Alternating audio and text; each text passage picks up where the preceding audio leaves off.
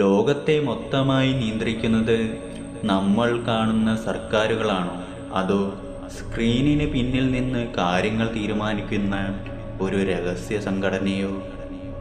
Pop സംഗീതത്തിൽ മുതൽ Hollywood സിനിമകളിൽ വരെ നമ്മൾ കേൾക്കുന്ന ഒരു പേരുണ്ട്, ഇല്ലുമിനാറ്റി. ആരാണിവർ? യഥാർത്ഥത്തിൽ ഇങ്ങനെയൊരു രഹസ്യ സംഘം നിലനിൽക്കുന്നുണ്ടോ, അതോ ഇത് വെറുമൊരു കെട്ടുകഥയാണ്? ഇലുമിനാറ്റിയുടെ യഥാർത്ഥ ചരിത്രവും അതിനു പിന്നിലെ സത്യങ്ങളും നമുക്ക് ഈ വീഡിയോയിലൂടെ നോക്കിക്കാണാം.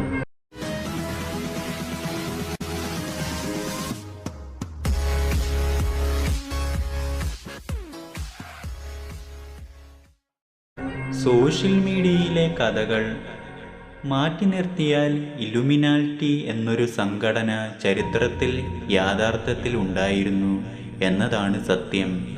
1776 മെയ് 1 ജർമ്മനിയിലെ ബവാറിയയിലാണ് ഈ സംഘടന രൂപീകരിക്കുന്നത്. ബവാറിയൻ ഇലുമിനാറ്റി എന്നായിരുന്നു ഇതിൻ്റെ പേര്. ഇംഗ്ലീഷ് പ്രൊഫസറായ ആഡം വൈഷോപ്റ്റ് എന്നയാളാണ് ഇത് തുടങ്ങിയത്. ജ്ഞാനോദയം ലഭിച്ചവർ അഥവാ വെളിച്ചം കണ്ടവർ എന്നാണ് ഇലുമിനാറ്റി എന്ന വാക്കിനർത്ഥം.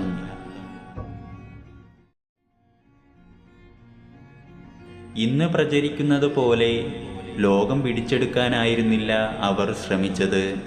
അക്കാലത്ത് സമൂഹത്തിൽ നിലനിന്നിരുന്ന അന്ധവിശ്വാസങ്ങൾ ഒഴിവാക്കുക, സഭയുടെയും രാജഭരണത്തിൻ്റെയും അമിതാധികാരം കുറയ്ക്കുക, വിജ്ഞാനവും ശാസ്ത്രീയ ചിന്തയും പ്രചരിക്കുക എന്നിവയായിരുന്നു അവരുടെ പ്രധാന ലക്ഷ്യം. എന്നാൽ ഈ രഹസ്യ പ്രവർത്തനം അധികകാലം മുന്നോട്ടു പോയില്ല.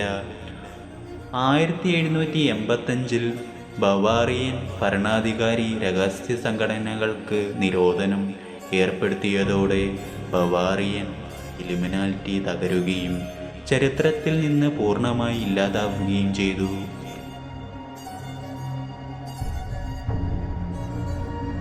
ചരിത്രത്തിൽ ഈ പ്രസ്ഥാനം അവസാനിപ്പിച്ചില്ലെങ്കിലും കഥകൾ അവിടെ തീർന്നില്ല.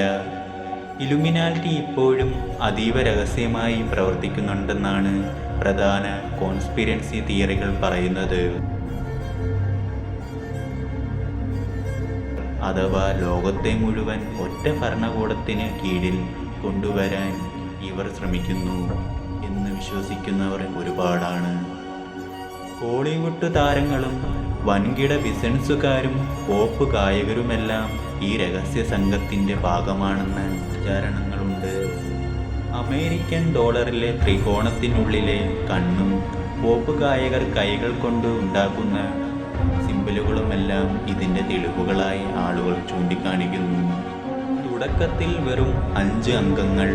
ആഡം വൈഷോപ്റ്റ് ഇലുമിനാറ്റി തുടങ്ങുമ്പോൾ അതിലാകെയുണ്ടായിരുന്നത് 5 പേർ മാത്രമാണ്. ഇൻജോൾസ്റ്റാറ്റ് സർവകലാശാലയിലെ അദ്ദേഹത്തിൻ്റെ വിദ്യാർത്ഥികളായിരുന്നു അവർ. രഹസ്യനാമങ്ങൾ. സംഘടനയിലെ അംഗങ്ങൾ പരസ്പരം വിളിക്കാൻ യഥാർത്ഥ പേരുകൾ ഉപയോഗിച്ചിരുന്നില്ല. ആഡം വൈഷോപ്റ്റിൻ്റെ കോഡ് നെയിം സ്പാർട്ടക്സ് എന്നായിരുന്നു. സംഘടന നിലനിന്നിരുന്ന സ്ഥലങ്ങൾക്കും റോമൻ പേരുകളാണ് നൽകിയിരുന്നത്.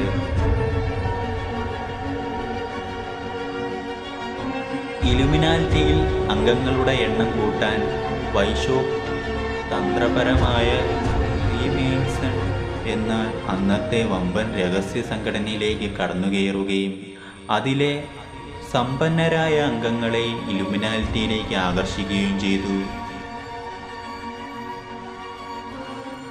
അമേരിക്കൻ ഡോളറിലെ കണ്ണുകൾ. ആരോപണം. $1 നോട്ടിൻ്റെ പിൻഭാഗത്തുള്ള ത്രികോണവും അതിനുള്ളിലെ കണ്ണും ഇലുമിനാറ്റിയുടെ സിംബലാണെന്നും അമേരിക്കയെ ഭരിക്കുന്നത് ഇലുമിനാറ്റിയാണെന്നും ആളുകൾ വിശ്വസിക്കുന്നു. ഈ ചിഹ്നം ഐ ഓഫ് പ്രൊവിഡൻസ്, ദൈവിക ശ്രദ്ധ.